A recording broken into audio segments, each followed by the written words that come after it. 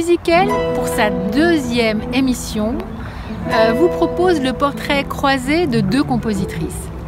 Sophie Lacaze, compositrice du XXIe siècle, qui vous parlera de sa passion pour la musique et de ses œuvres, et également de Lily Boulanger.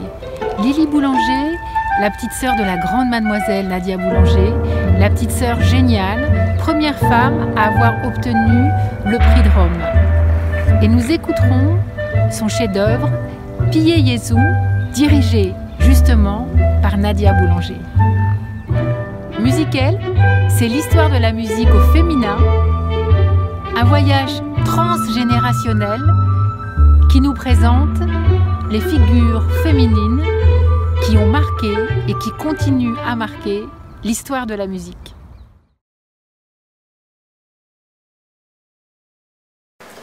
Bonjour, je suis donc Sophie Lacaze, compositrice.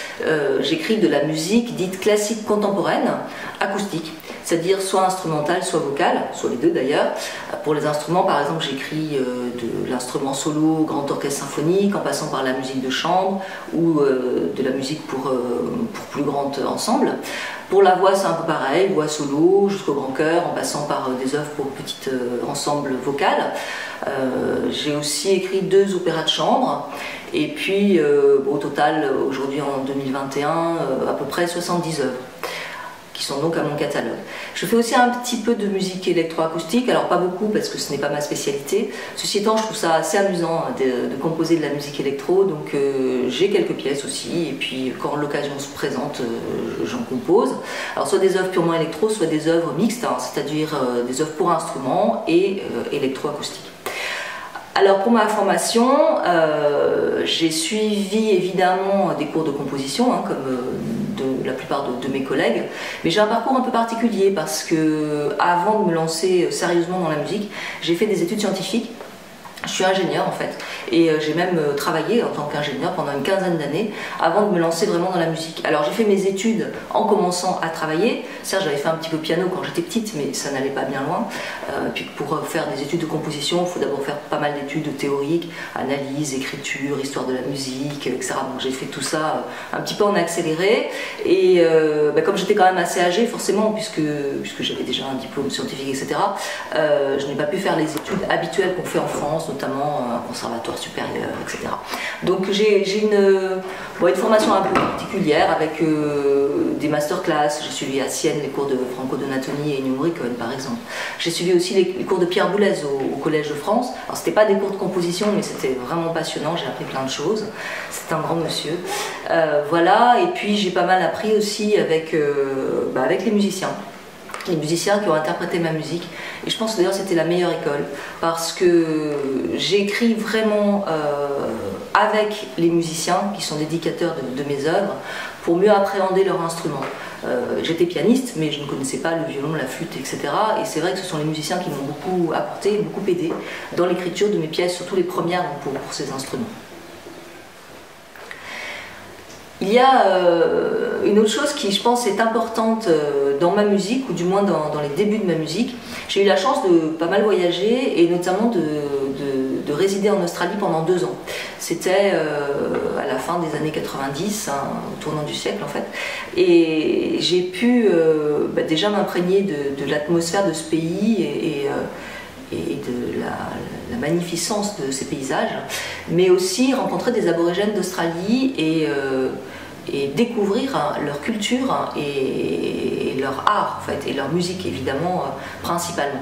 Leur musique, la façon dont elle est pas composée, mais qu'elle se transmet de génération en génération. J'ai découvert aussi le didgeridoo, qui est un de leurs instruments traditionnels, avec une sonorité que j'apprécie particulièrement. Et tout cela, donc la culture des aborigènes d'un côté, les immenses paysages du bush écrasé de soleil et de chaleur de l'Australie, ont marqué ma musique. Et c'est peut-être pour ça que, entre ma formation qui était un peu différente des formations habituelles des jeunes compositeurs et ce choc qui a été pour moi cette vie en Australie pendant 2 ans, tout cela fait que ma musique est, je pense, un petit peu particulière. Je me considère un peu comme un électron libre dans la musique classique contemporaine d'aujourd'hui.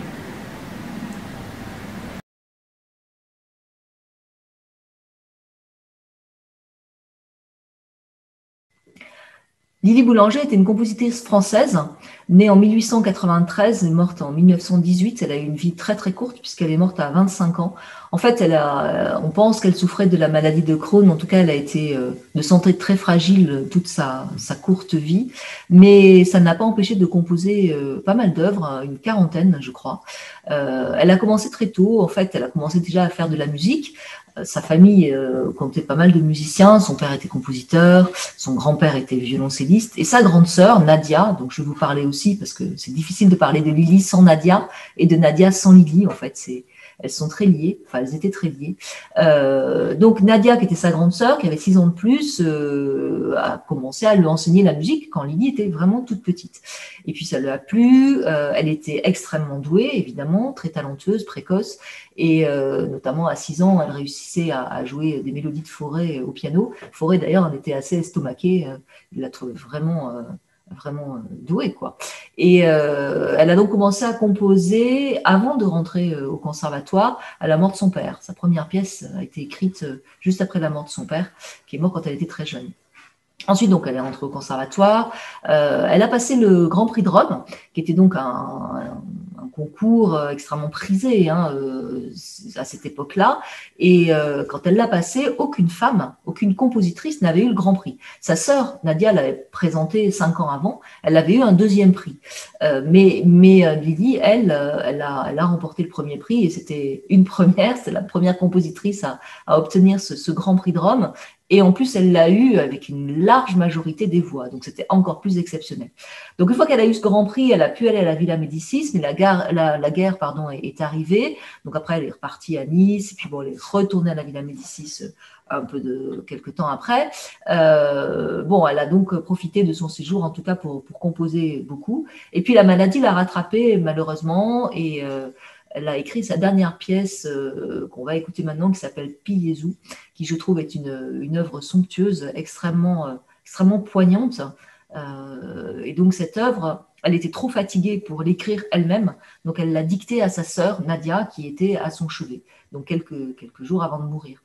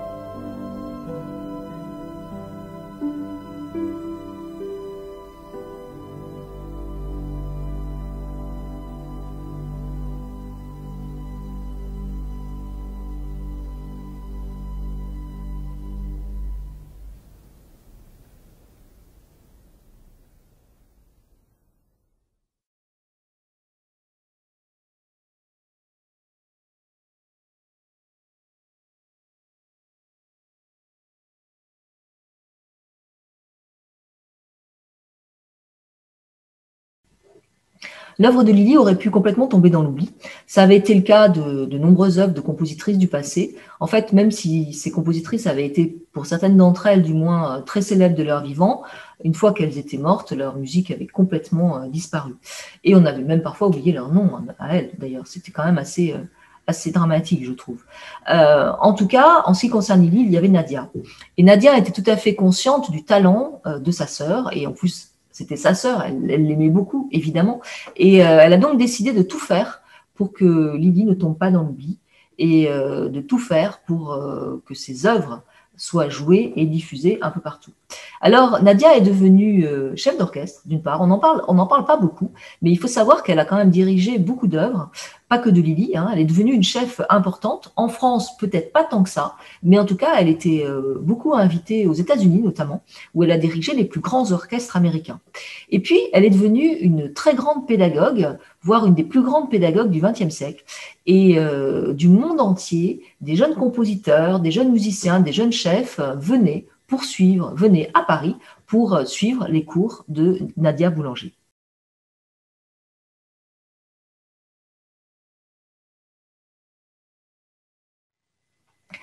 Je vois passer l'Ange est une pièce pour 3 voix de femmes et saxophone alto que j'ai écrite en 2017 à l'occasion de l'inauguration du grand chœur de la cathédrale Sainte-Cécile d'Albi qui venait juste d'être rénovée. C'est en fait une cocommande de l'association Sainte-Cécile Saint-Salvi d'Albi et de Michel Supera, qui est un saxophoniste avec lequel j'avais envie de travailler depuis un certain temps, et qui a d'ailleurs créé cette œuvre dans le grand chœur de la cathédrale Sainte-Cécile d'Albi avec les chanteuses de Mora Vocis, voix soliste au féminin. Donc ça, c'était en juillet 2017, à l'occasion de la semaine cathédrale. Alors, pour cette pièce, je me suis inspirée des nombreuses statuettes d'anges qui font le tour du chœur, en fait, qui sont au-dessus des stalles. Elles font vraiment tout le tour. Je ne sais pas combien il y en a, mais beaucoup, une bonne quarantaine, je pense. Ce sont des anges qui sont des musiciens ou des chanteurs et qui, dans la symbolique religieuse, relayent le chant des hommes vers Dieu, vers l'au-delà. Moi, ça m'a intéressé, cette communication entre la terre et l'au-delà. Moi, j'ai transmis ça, j'ai transposé ça à l'univers, en fait. Et je travaillais à cette époque-là, je travaille toujours d'ailleurs dessus, sur les sons de la NASA. Alors, en fait, ce ne sont pas les sons de la NASA, c'est un peu plus compliqué que cela. La NASA envoie, comme vous le savez, des satellites dans le système solaire, et les satellites récupèrent des ondes électromagnétiques des différentes planètes et corps célestes donc, qui sont dans l'espace. Et ces ondes électromagnétiques sont transformées en ondes sonores. Et moi, je trouve ça vraiment très beau. Enfin, le résultat est vraiment très beau, et c'est vrai que ça inspire ma musique depuis cette époque-là, en fait, depuis 2016-2017. Et donc, je me suis inspirée pour Je vois passer l'ange de ces sons, une nouvelle fois. Alors, la pièce est composée de 5 mouvements. 3 mouvements en quatuor, donc les 3 voix et le saxophone, et 2 mouvements pour solo. Donc, le premier, c'est le saxophone solo, et ensuite la voix solo, une des voix mezzo-soprano.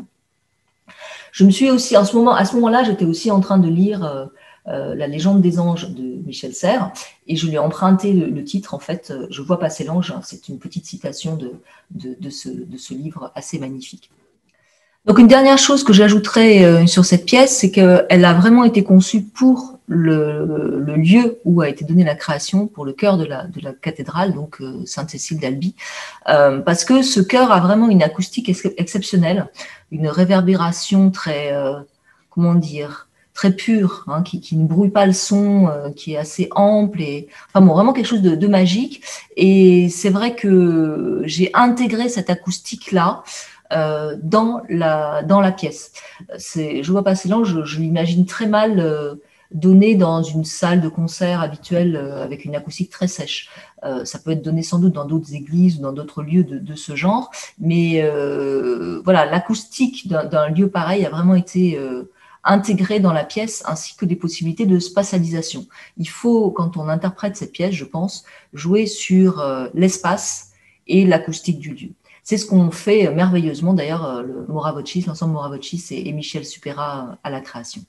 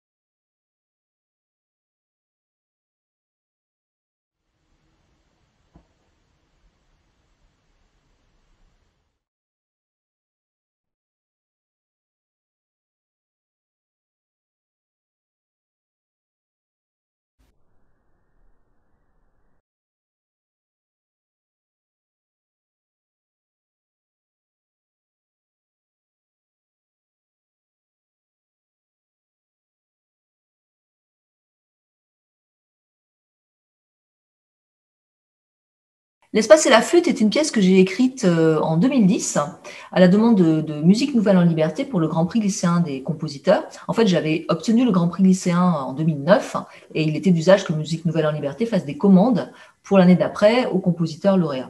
Donc j'ai écrit cette pièce pour récitant et orchestre de flûte et elle a été créée en 2010 donc à l'auditorium de Radio France par Alain Carré, le récitant, l'orchestre de flûte français sous la direction de Paul Méphano. Cette pièce, en fait, comporte un sous-titre. Ça s'appelle « L'espace et la flûte, variations sur des poèmes de Jean Tardieu ». Évidemment, c'est pas pour rien que j'ai mis ce sous-titre. C'est parce que Jean Tardieu avait, en 1958, écrit un recueil de poèmes qu'il avait appelé « L'espace et la flûte, variations sur 12 dessins de Picasso ». Alors, effectivement, dans le recueil de poèmes, le recueil original, il y a les poèmes et en vis-à-vis des illustrations de Picasso, qui sont d'ailleurs magnifiques. Hein. C'est un très très beau recueil.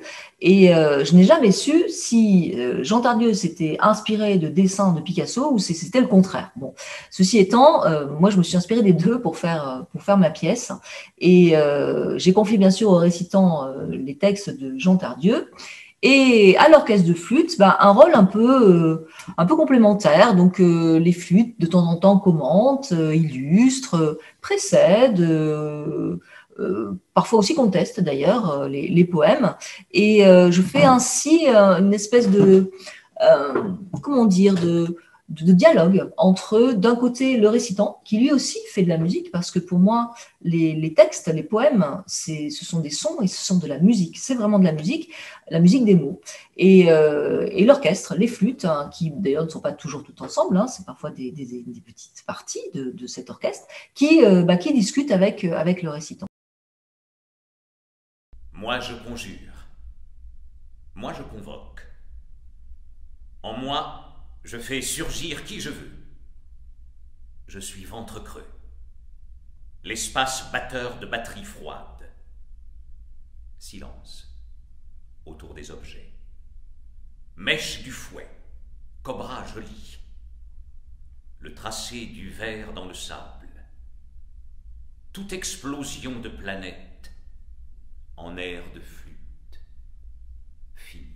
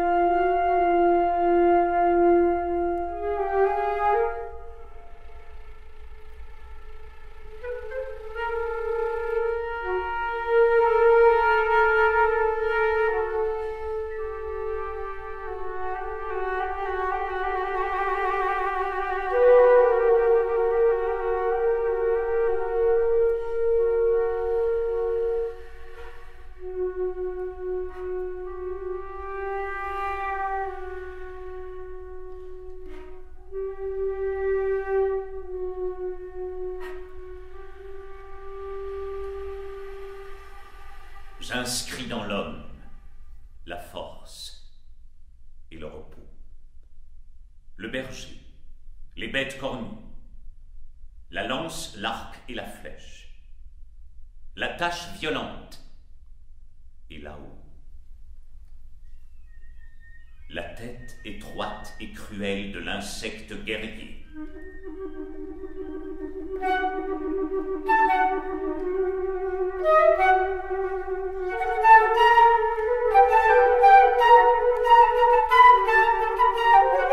J'inscris la danse, repliée sur son espace. Et dans le silence qui s'accroît, le tremblement de la musique.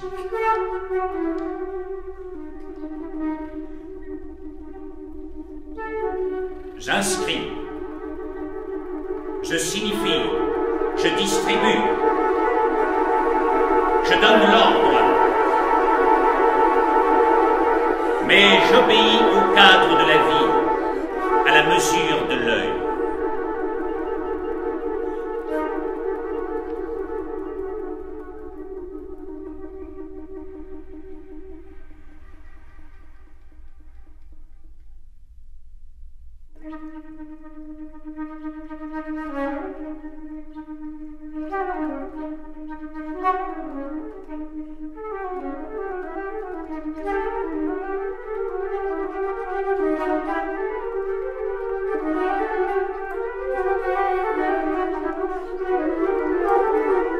Le peintre enroule, déroule, plie, détord, aplatit, casse, éparpille, effiloche, fronce, festonne, tortille, tâche, taraude, rabaude, installe, accroche, répartit, étire, boucle, débrouille, désigne, lance et s'en va. Le poète déglutit, mâche, goûte, humecte, mord, racle, rumine, ronchonne, ronge, siffle, serine, lappe, susurre, murmure, savoure, salive, entonne, grogne, grince, décortique, attise, souffle et se tait.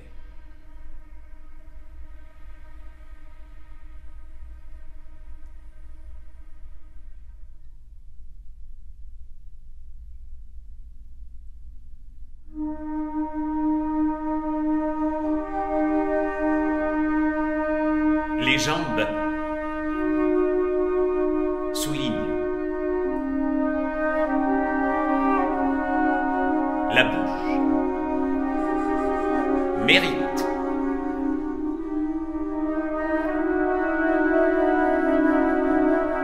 la danseuse, elle est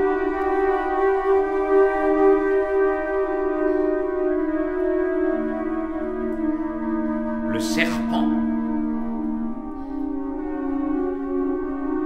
dessine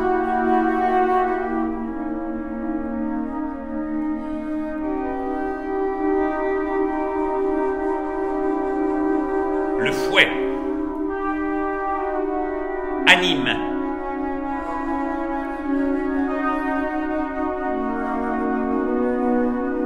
la flûte fleurit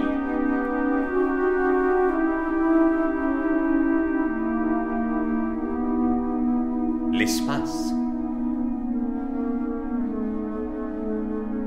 dispose.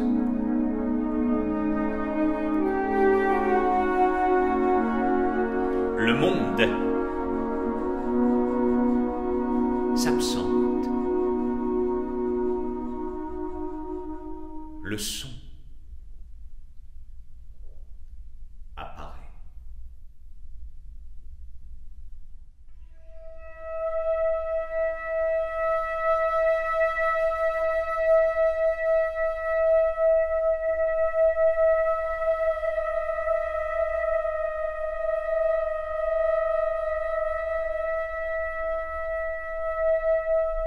C'était au temps heureux où je paissais dans les prairies de l'avenir.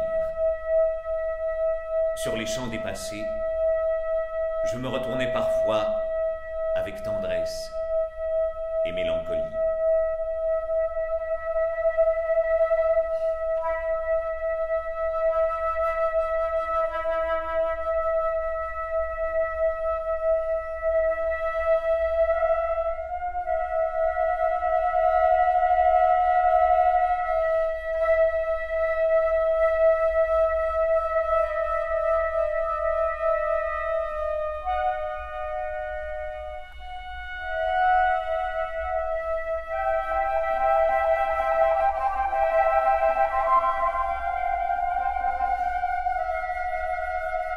Or, la menace était loin devant moi. Et c'était cela qui, peu à peu, rendait ma démarche plus pesante.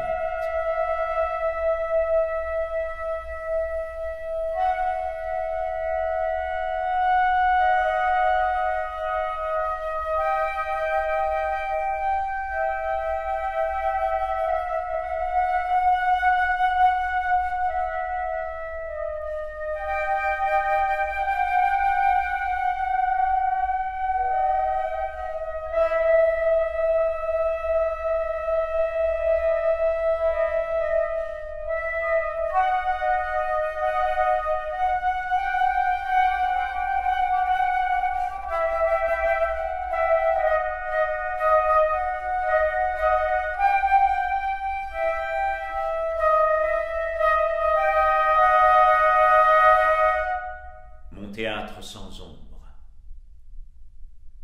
Cette flûte qui parle. Ma vie au grand complet. Pour vous connaître. Il me suffit du jour. Le vent sur mes prairies. Pâlit les noirs pavots. Échappés de l'enfer.